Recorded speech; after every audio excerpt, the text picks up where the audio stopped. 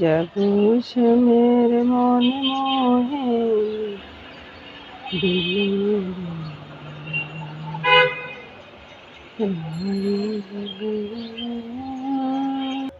এই তো বন্ধুরা চলে এলাম রান্নাঘরে।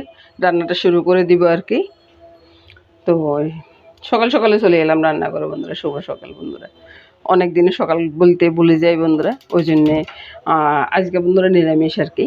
তো নিরামিষ মাছও হবে না যে তা না, আমি নিরামিষ খাবো, আমরা দুজন নিরামিষ খাবো আর তিনজন 4জনের মতো মাছ খাবে আর কি, সেজন্য মাছ পাক হবে। তো সকালবেলার জলখাবারের জন্য বন্ধুরা হবে এই যে আলুর দমটা একটু ভিন্ন রকম করে রান্না করব। তো মুগ ডাল হবে নিরামিষের জন্য আর কি। সব মিলিয়ে আর কি একবারে গোছগাছ করে নিচ্ছি আর কি। তো আজকে একটু হরজবর অবস্থায় আছি। সকালবেলা মনে করলাম যে একটু পিঠা করব, পিঠা আর করতে পারলাম না, কারেন্টটা চলে গেল। তো এখন রান্নাটা শুরু করি। মুগ ডাল রান্না করতেছি। মুগ ডালে ফোড়ন তো আগে দিই, সেটা তো আগেই বলে রেখেছি বন্ধুরা। তো সকালবেলার জলখাবারের জন্য আর কি আলুর দমটা হবে। তো সব কিছু একসাথেই মেখে নিই।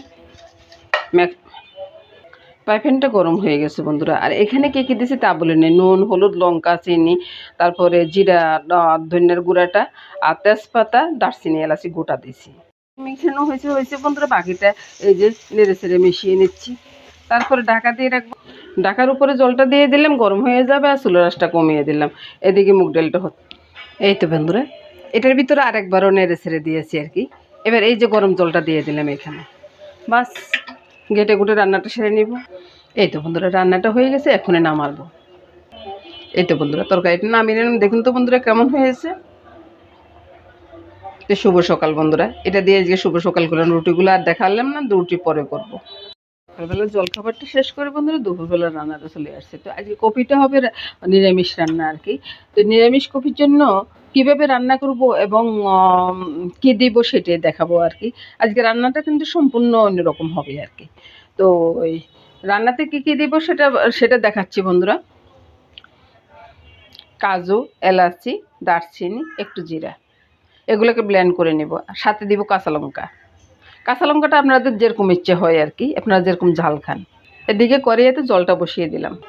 এই তো বন্ধুরা, কপিগুলো কেটে নিয়েছি। আর এর সাথে কিন্তু আলু দিব না, বুঝছেন বন্ধুরা, আলু বাদে রান্না করব আর কি। আর এখানে মশলাটা পেস্ট করে নিয়েছি। কী কী মশলা দিয়েছি তা তো দেখাইছি বন্ধুরা। তারপরে কপিগুলোকে ধুয়ে নিই। এই তো বন্ধুরা, কপিগুলোকে কেটে নিয়েছি বন্ধুরা। এবার কপিগুলো এই জলে ছেড়ে দিব। জলটা কিন্তু বলকই চলে আসছে, আমি এখন একটু হিটটা কমিয়ে দিলাম আর কি, ওই জন্যে জলে ছেড়ে দিচ্ছি। আর দাদুভাই দুষ্টামি করতেছে। আসলে বন্ধুরা জলের ভিতরে একটু নুন দেওয়ার কথা ছিল আর কি, তো ওইটা আমি ভুলে গেছি, এখনই দিয়ে দিলাম। তো বন্ধুরা কপিটাকে কিন্তু একবারে পুরোপুরি সিদ্ধ করে নেই, অর্ধেক সিদ্ধ করেছি আর কি, মানে 50 ভাগ সিদ্ধ করেছি 100 ভাগের ভিতরে আর কি। তো এখন কপিটাকে আমি নামিয়ে নেব। জলটাও কিন্তু ফেলবো না, জলটা রেখে দেব। জলে কিন্তু অনেক পুষ্টিগুণ থাকে। এই যে কপিটা এখানে নামিয়ে নিলাম বন্ধুরা।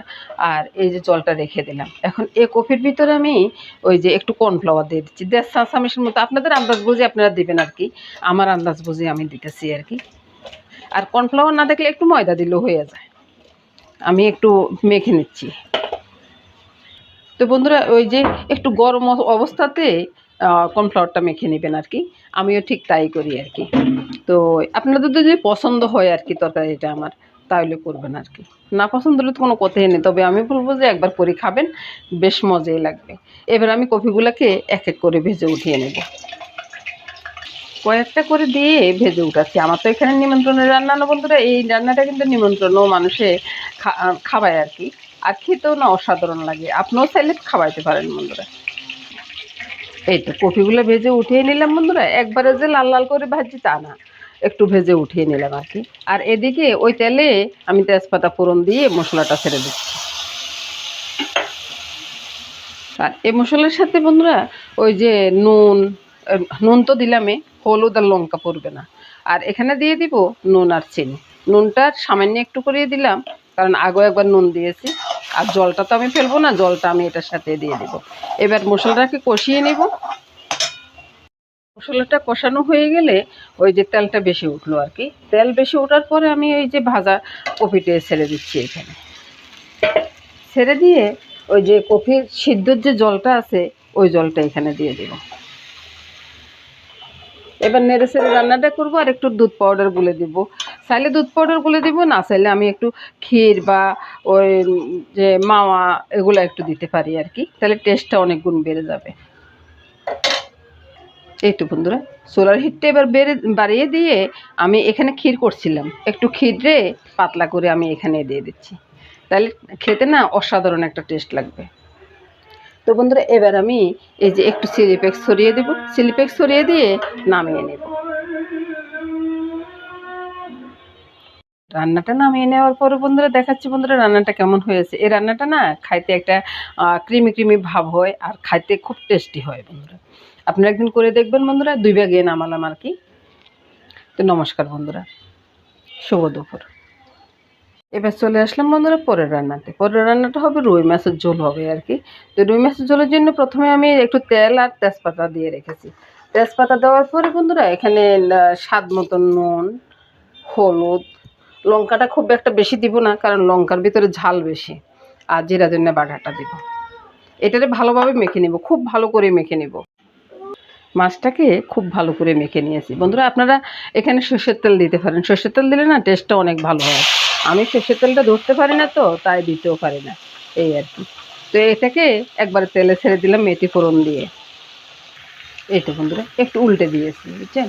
উল্টে দিয়ে এবার আমি ঝোলটা দিয়ে দেব। আর এই তরকারিতে বন্ধুরা ধনিয়া পাতাটা দিলে ভালো হয়, কিন্তু আজকে আপনাদের মেসো মন্ত্রীকে বলতে ভুলে গেছি ধনিয়া পাতার জন্য, তাই কাঁচা লঙ্কাটা দিয়ে রান্না করে ফেলবো। সোলার হিটটা কিন্তু বাড়িয়ে দিয়েছি বন্ধুরা, কারণ হলে আমার অনেকটা দেরি হয়ে গেছে, তো ওই জন্য সোলার হিটটা বাড়িয়ে রান্না করতেছি। দেখুন তো বন্ধুরা, মেখে ঝুঁকে একবারে বসিয়ে দিলাম। তরকারিটা কত সুন্দর কালার আসছে না? টলমেলে ঝোল হবে আর কি। চুলার আঁচটা কমিয়ে একটু ঢাকা দিয়ে রাখলাম। এবার দেখুন তো বন্ধুরা পছন্দ হয় কিনা মাছের ঝোলটা। নমস্কার বন্ধুরা, শুভ দুপুর। এর সাথে সাথে বন্ধুরা রান্নাটা হয়ে গেছে। দেখুন তো বন্ধুরা কত সুন্দর হয়েছে না কালারটা। তো নমস্কার বন্ধুরা, সবাই ভালো থাকুন, সুস্থ থাকুন, সুন্দর থাকুন বন্ধুরা। এই কামনা করি আজকের মতো এখানে বিদায় নিব।